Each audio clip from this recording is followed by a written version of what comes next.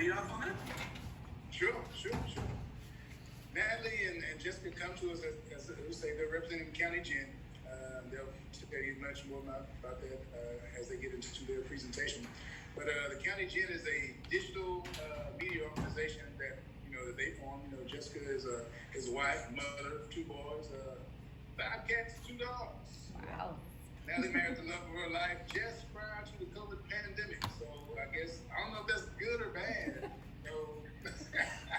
Or just coincidental. Yeah. Just coincidental. The pair moved to Wharton and joined with Jessica, and they have a mission. With County Gen of getting out good, authentic information out to the public. And without further ado, I'll turn it over to those ladies so they can tell you more about themselves and the County Gen. Take it away, ladies. We're gonna unmute. Oh, no, we're not mute. Good. So hello, thank you for having us. We really appreciate it. We will be going in depth, even though some of y'all have gotten a little preview since we hopped on a little early. And then we'll also leave a little bit of time to answer any questions that y'all might have. So I am Jessica Hartman. I had this crazy dream that I was going to start a digital media organization to kind of gauge my generation, most of the upcoming generation that's getting more and more active in the community. And I luckily roped in Natalie and she reluctantly came on board. Not reluctantly, I'm kidding, but between the 2 of us, we have over 2 decades of experience in the news organization. I'll let Natalie kind of go over her introduction. I'm Natalie. A little bit about my background. Well, first, I'm the editor-in-chief of the County Gen.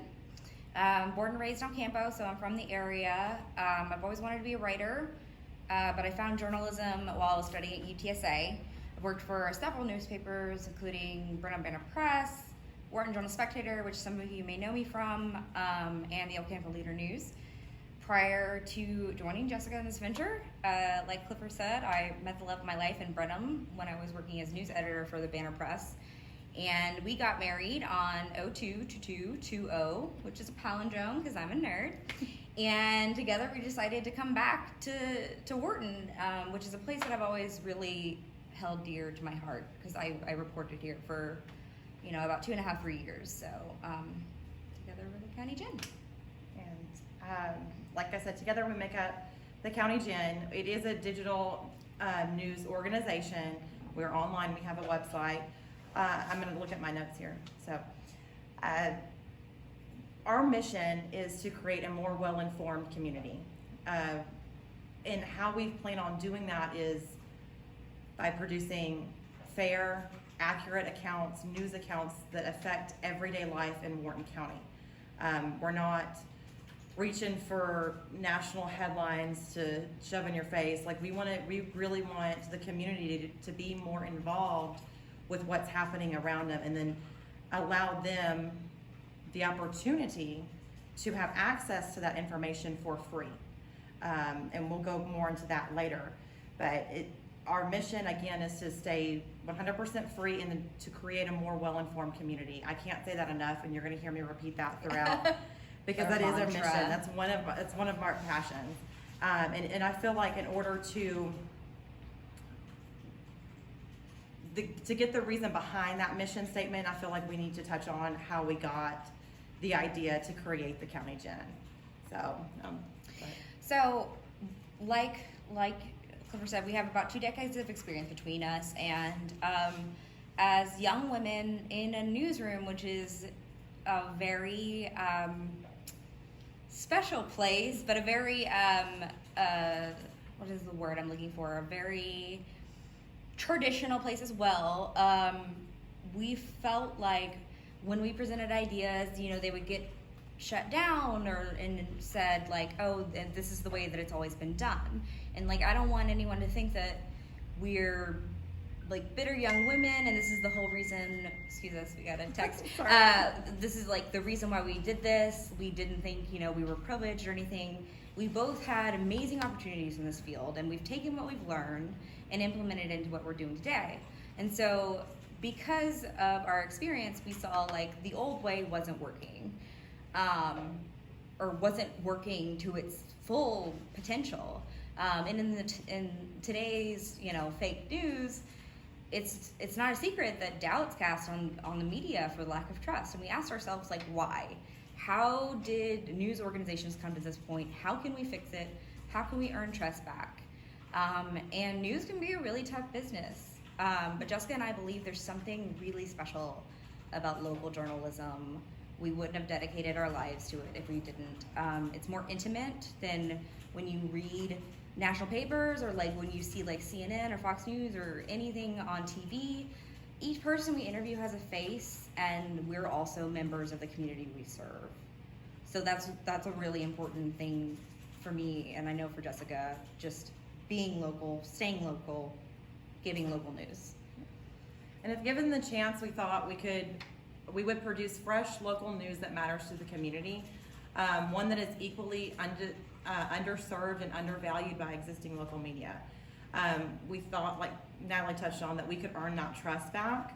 And then conversation after conversation about what news should be or continue to build on.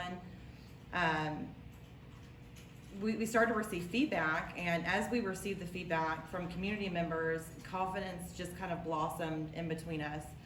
And then I think we can do this turned into, well, let's do it. Let's do this. And something really interesting about Jessica and I is that she's very type A. Like, she will call me with an idea, and she's super passionate and ambitious. And like, that's not to say I'm not passionate and ambitious, but I'm very type B.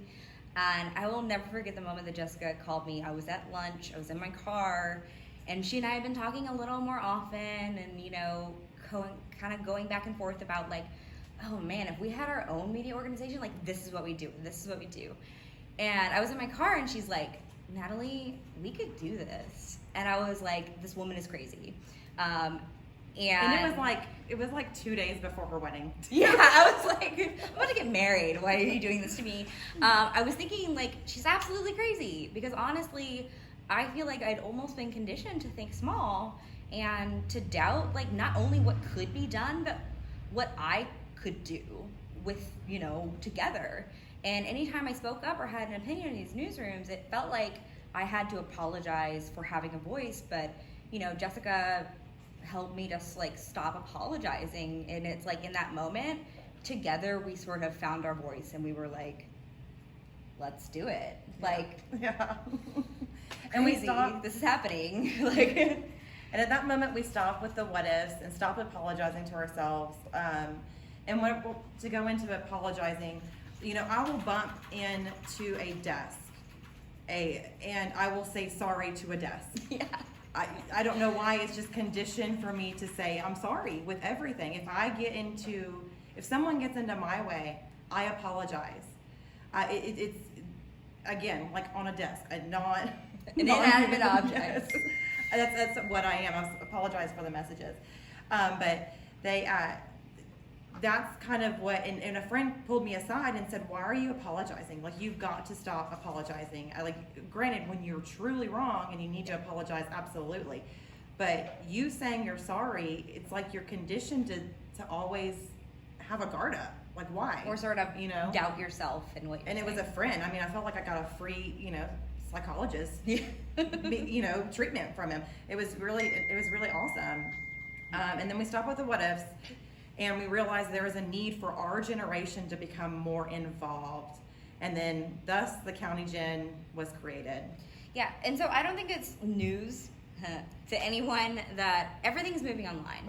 And with an online platform, what's really important is we don't have to fill a page. And like what that means is we can write in-depth, quality articles that take a deep dive into the issues. We don't have to concern ourselves with links or restrictions of like the number of pages in an edition. And that's huge to me because brevity is never my strong suit. I write like 81 column-inch stories sometimes, and yeah. my editor, God bless my publisher, he would just be like, you can't do this. And on Saturdays I could do it anyway because he wasn't around. But we've been able to create these long form pieces which are growing in popularity, and we've been able to tell longer stories which can include anecdotes and memories and, you know, these human interest tidbits in articles about the bigger picture, because we aren't restricted and readers love it, and we actually have the numbers to back it up. Yeah. It's typical of readers to see a headline on other media organizations' websites, click on it, scroll for the answer they're looking for without spending much time to actually read the article. You know, I do that a lot with, or I did that a lot actually in school, when you just kind of look the highlight points over on a paragraph that you're supposed to read. That way you can produce a book report, right, the next day. And we're seeing more and more of that happening online because, one, it's Everything's fast-paced. Yes, everything's fast-paced. So not only did the County Gin see more than 23,000 page views since we launched on June 1st, but the session duration, that's the time spent that each person spent on our website. And a particular article. Yeah, on a particular article. On our best performing articles, in other words, how long they stayed on that article, was between 4.5 to 5 minutes. So to put this into context, the top 5 media sites like USA Today, Fox News, Washington Press, CNN, MSN News, in the United States have session durations of 4.9 minutes, which means the County Gin reader spends just as much, if not more time on our website compared to those national websites, which is fantastic. I mean, that is amazing and it's overwhelming. But also because we can implement digital analytics and tools into website, we are able to learn more about the kind of content that readers are interested in. So we are able to constantly evolve and adapt to changing reader performance and find what truly engages with readers using these tools. So if we're seeing that someone's, you know, spending more time, or we see a big jump in readership, just the numbers there on a particular story, we can watch that trend and see, was it just that story or that character in that story or the person in that story, or was it the type of story? And we can also, you know, we can also see what, like, do videos trend more? Do, you know, things with more pictures have better response? But finally, we aren't beholden to a deadline. And as a journalist, I live and die by the deadline. But being digital means that we don't have to wait to publish a breaking news story. Like, we can go on it right away. We can have live videos. And we can also, like, on the flip side, we can take a little longer on stories that require certain care. We can take time to interview more people. We can present a story from several different viewpoints and have the time to do quality research to provide well-written, one, and 2, 100% accurate information in the article. So digital means we're able to truly tell a story. We're unrestricted in the terms of length, depth, and quality, and we're able to engage readers in interesting and fair and accurate content, because we will truly believe that Wharton County and the local community deserve this kind of journalism. And while traditional newspapers are going digital by offering e-editions, we don't have to have that same cost associated as far as printing. We recognize that we miss a certain demographic and certain type of reader by not printing, but more and more people are getting online every day. There is also an aspect of accessibility, news right in the palm of your hand. We rely on our smartphones for everything. Like, I mean, some of y'all are on your smartphones right now, or tablets on the Zoom meeting. So our stories, like, we have to also, I'm gonna touch back on, and we have to recognize the environmental impact of that as well. I can't imagine the sheer number of newspapers that are read and then thrown out. I volunteer for a local rescue organization, and I can tell you how many newspapers we pick up that are unread, that are printed and discarded to us for free, that we use as puppy pads. And it's great for us, but it's also very not economical. I can't see, investing in that right now. In this day and age, to start a printing business, it's just not economical. And finally, our point going back is we are 100% free because of our donors who help to support us. Being free is important because in my generation and in today's media climate, in the age of the internet, access to information has become increasingly free, and it's what people have come to expect.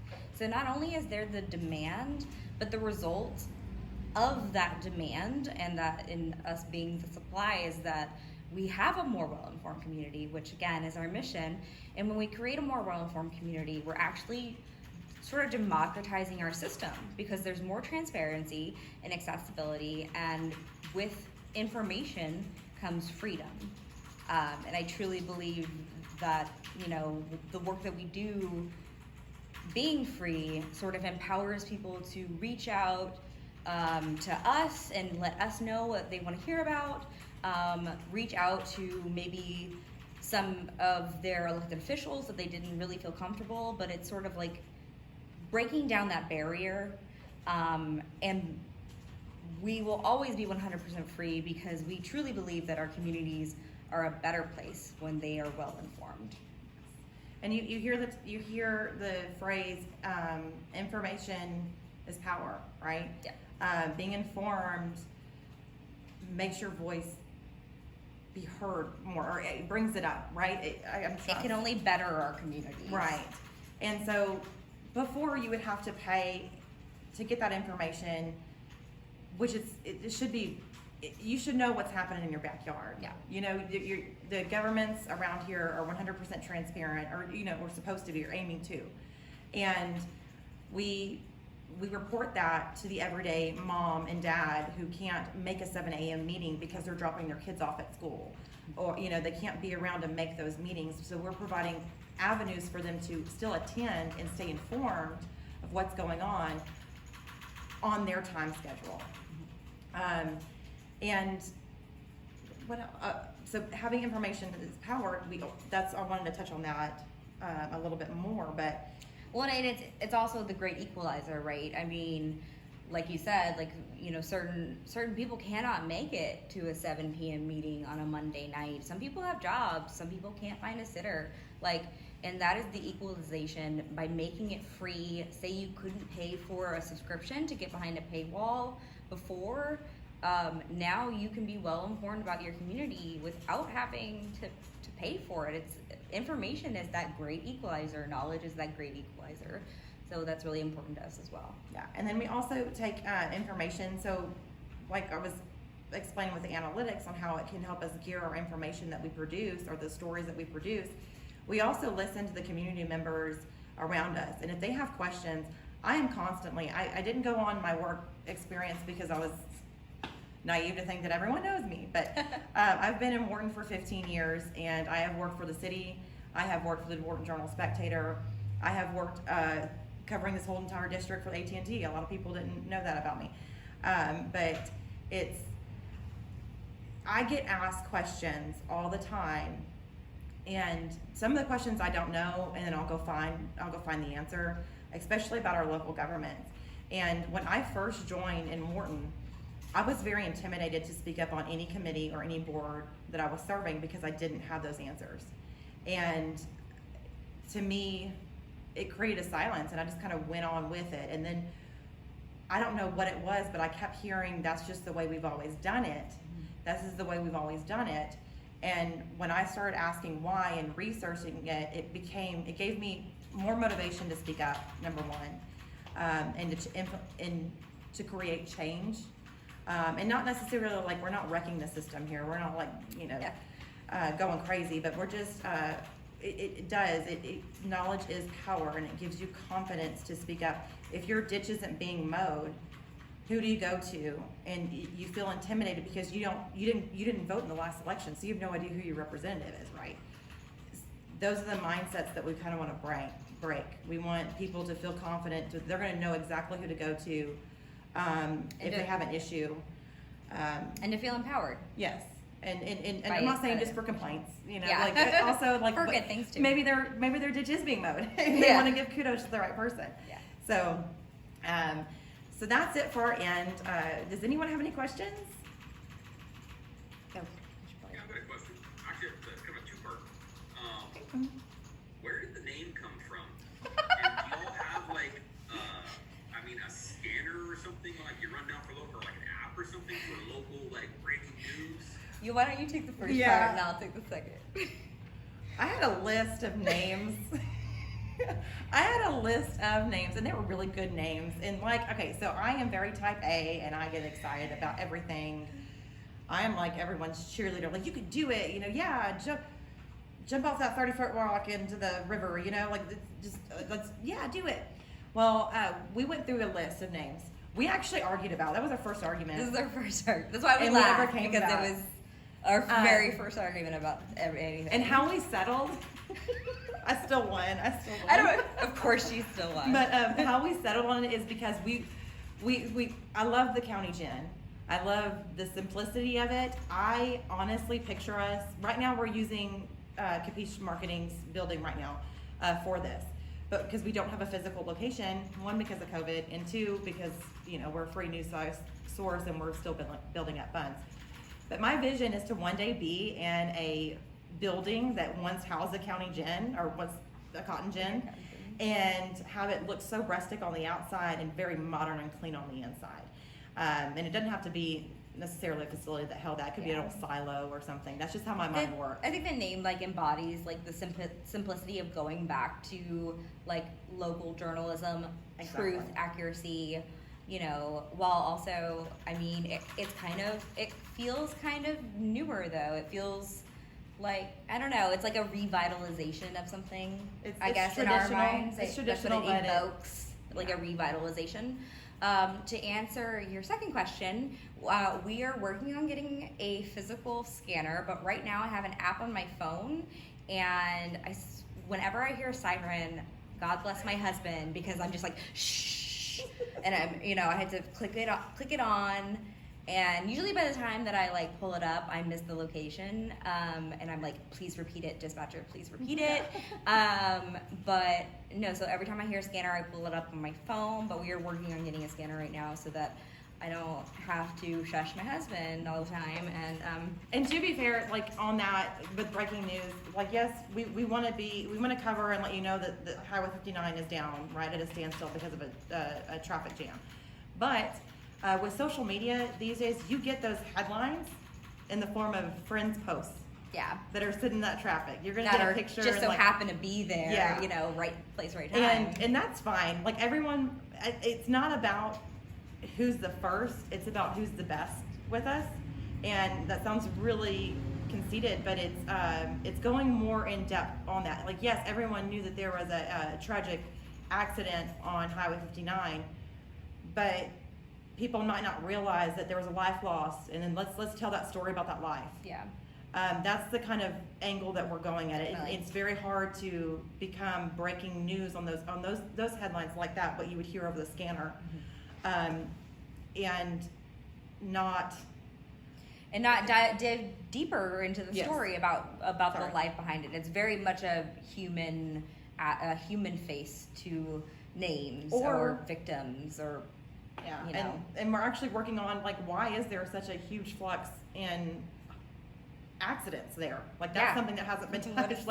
Why is 59 right there in Hungerford? Why is that a hot spot? That's more of our thing is Yeah. sort of looking at the deeper systemic issues behind certain things. So, any other questions for us?